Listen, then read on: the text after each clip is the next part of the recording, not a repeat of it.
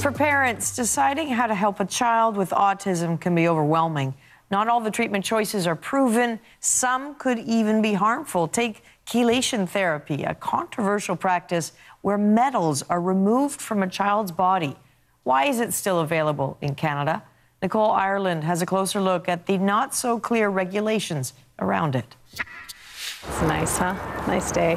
When Anne Borden-King's pediatrician diagnosed her son Baxter with autism, it was a frightening conversation. She took a very serious tone and said he needs to have very intensive therapy, and when they're young, it has to happen when they're young. There's a small window of time to help your child. Borden-King says that fear drives parents to try any treatment they can to help their kids. She and her husband took a conventional approach, working with therapists and teachers to improve Baxter's communication and motor skills and helping him learn things like biking at his own pace.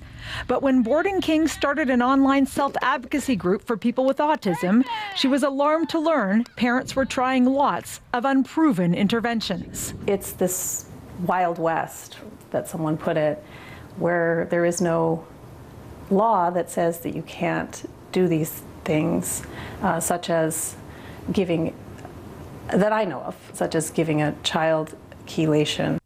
Chelation therapy is used to remove metals, such as lead or mercury, from the body. A drug is given, often intravenously, that grabs the metals.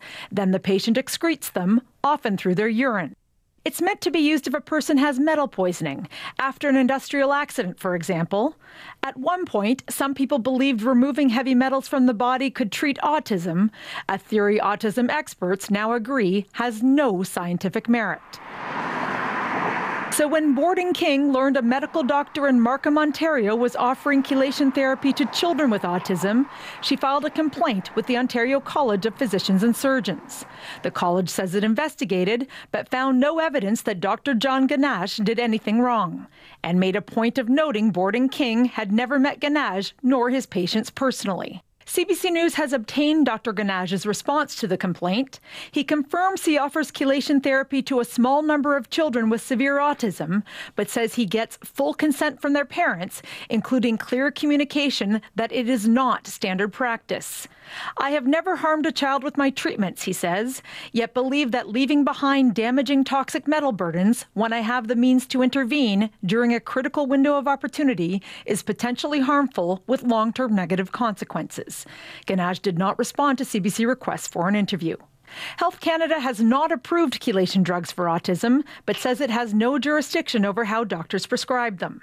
That falls under the complementary and alternative medicine policies of the provincial colleges of physicians and surgeons.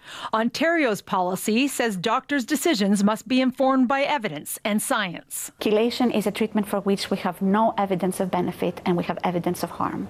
This neurologist specializing in autism says parents often ask about alternative treatments for their children.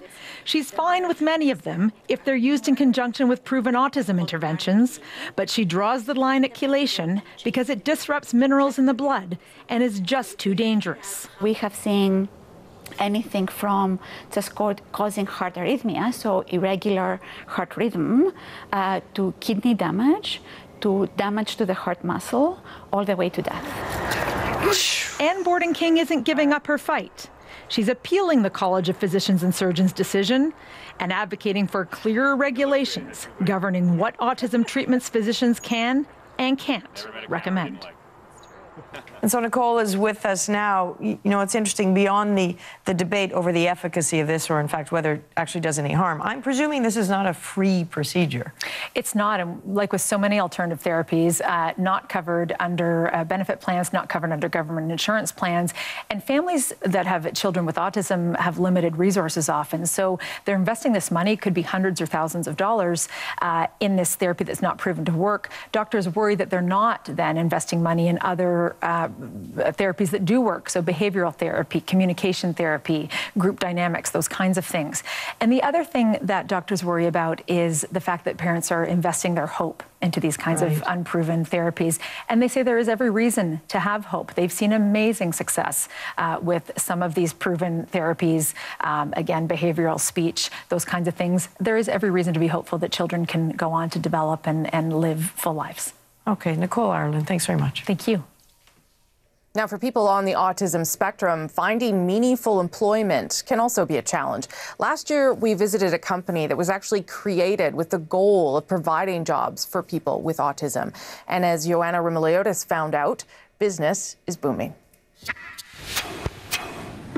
Make sure the lobby bathrooms are cleaned up, please. Here at the Rising Tide Car Wash in Fort Lauderdale, details are everything. Right. Want to make sure the whole car is dry. And Supervisor Matt is a stickler for So them. help me dry down the car.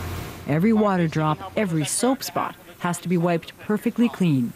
See, there's a little bit of soap over here and a little bit over here. On Saturdays, Matt comes in 3 hours early, just because. 3 hours early? That's dedicated. That's dedicated, perfect. Yeah, and that makes you happy? Yep. I'm making sure everybody's doing well in the business and we help each other out. This is no ordinary car wash.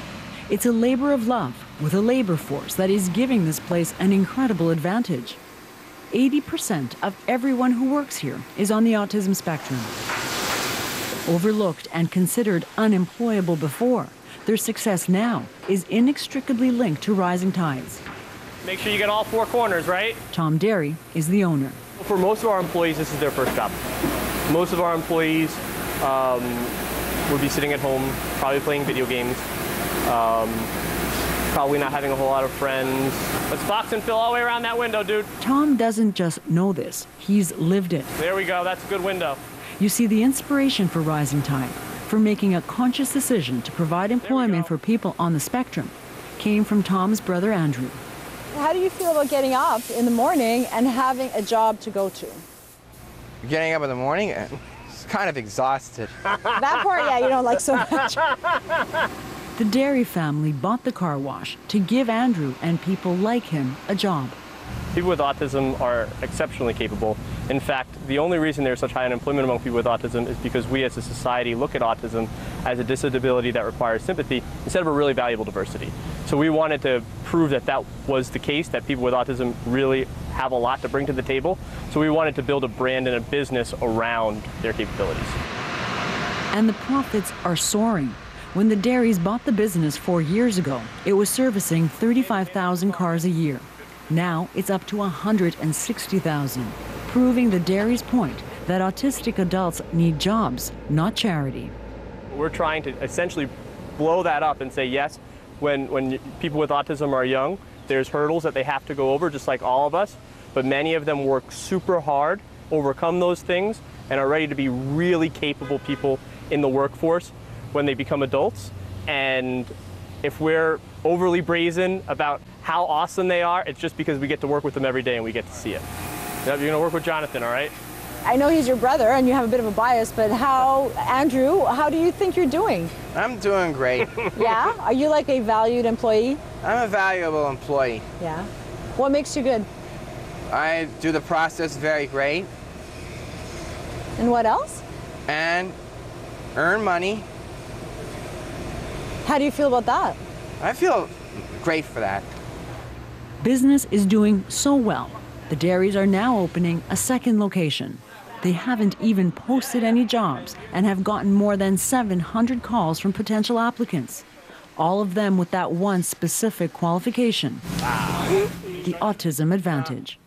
Joanna Remiliotis, CBC News, Fort Lauderdale.